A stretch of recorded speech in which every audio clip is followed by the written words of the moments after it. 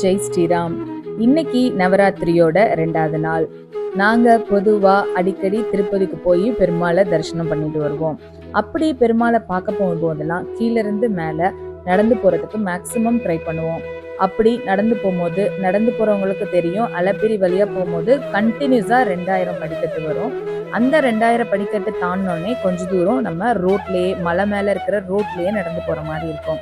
அப்படி அந்த ரோட்ல நடந்து போகும்போது ஒரு லெஃப்ட் சைடு கார்னர்ல ஒரு சின்னதா ஒரு கோயில் இருக்கும். அந்த கோயில் அந்த பாறையோட சேர்ந்தே இருக்கும்.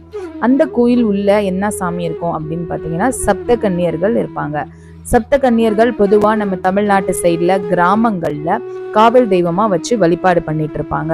அங்க திருமலா திருப்பதி மாதிரியான ஒரு ஏரியால சப்த கன்னியர், அது ஒரு கோவிலுக்குள்ள இருக்கிறத பார்க்கும்போது அந்த கோயில் ரோடோட ஒட்டி தான் இருக்கும். அப்படி ஒரு அம்சத்துல அந்த அம்மாவை பார்க்கும்போது, அந்த அம்மன்களை பார்க்கும்போது ரொம்ப ஆனந்தமா இருக்கும். இங்க இப்படி ஒரு சப்த கன்னியர்கள் உட்கார்ந்துருக்காங்க அப்படின்னு ரொம்ப ஆனந்தமா இருக்கும். ஒவ்வொரு தடவையும் எப்படி பெருமாளை பார்க்கறதுக்கு சந்தோஷமா போறோமோ, அதே மாதிரி நடந்து போகும்போதெல்லாம் இந்த சப்த கன்னியர் நடந்து போய் இந்த சப்த கன்னியரை பார்க்கும்போது மனசுக்கு அவ்வளோ சந்தோஷமா இருக்கும். அதனுடைய ஞாபகமா எங்க வீட்டுல போன வருஷத்துல இருந்து கொலுல சப்த கன்னியரை வச்சு கும்பிட்டுட்டு இருக்கோம். போன வருஷம் செங்கல்ல மஞ்சள் குங்குமம் வச்சு கும்பிட்டுட்டு இருந்தோம். இந்த வருஷம் 7 கலசம் ஸ்தாபிதம் பண்ணி அதுக்கு பாவடையெல்லாம் கட்டி இந்த வருஷம் சப்த கன்னியரை நம்ம வீட்டுல வச்சிருக்கோம். சப்த கன்னியர்கள் ஒரு தாயின் கர்ப்பத்திலிருந்து வந்தவங்க கிடையாது. சப்த கன்னியர்கள் பார்வதி தேவி ஒரு அசுரனை அழிப்பதற்காக தன்னுள்ளே இருந்து பிறப்பித்த சக்தி தான் இந்த 7 சப்த கன்னியர்கள். 7 சப்த கன்னியர்கள்ல முதலாவதா இருக்கிறது பிராமி. பிராமி பிரம்மாவுடைய ஸ்வரூபம். இந்த பிராமியை கும்பிடும்போது தோல் சம்பந்தப்பட்ட பிரச்சனை, ஸ்கின் அலர்ஜிஸ் ஏதாவது இருந்துச்சுன்னா நிவர்த்தி ஆகும் அப்படிங்கிறாங்க.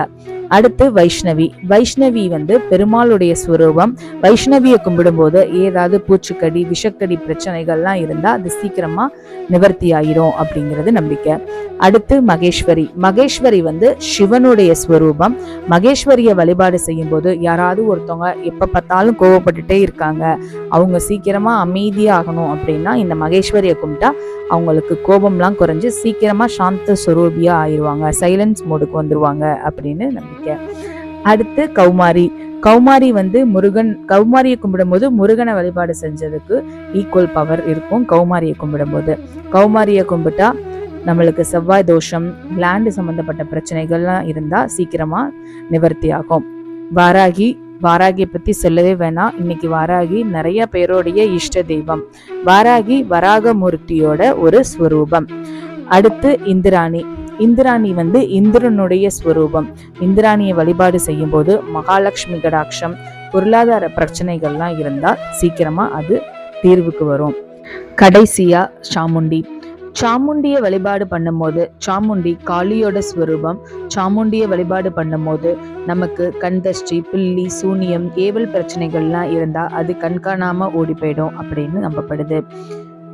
உங்களுடைய குழுவை எங்க கூட ஷேர் பண்ணுங்க. உங்களுக்கும் இந்த சப்த கன்னியர்களுடைய அனுகிரகமும் ஆசிர்வாதமும் கிடைக்கணும்னு இந்த கன்னிமார்களை நாங்க வேண்டிக்கிறோம்.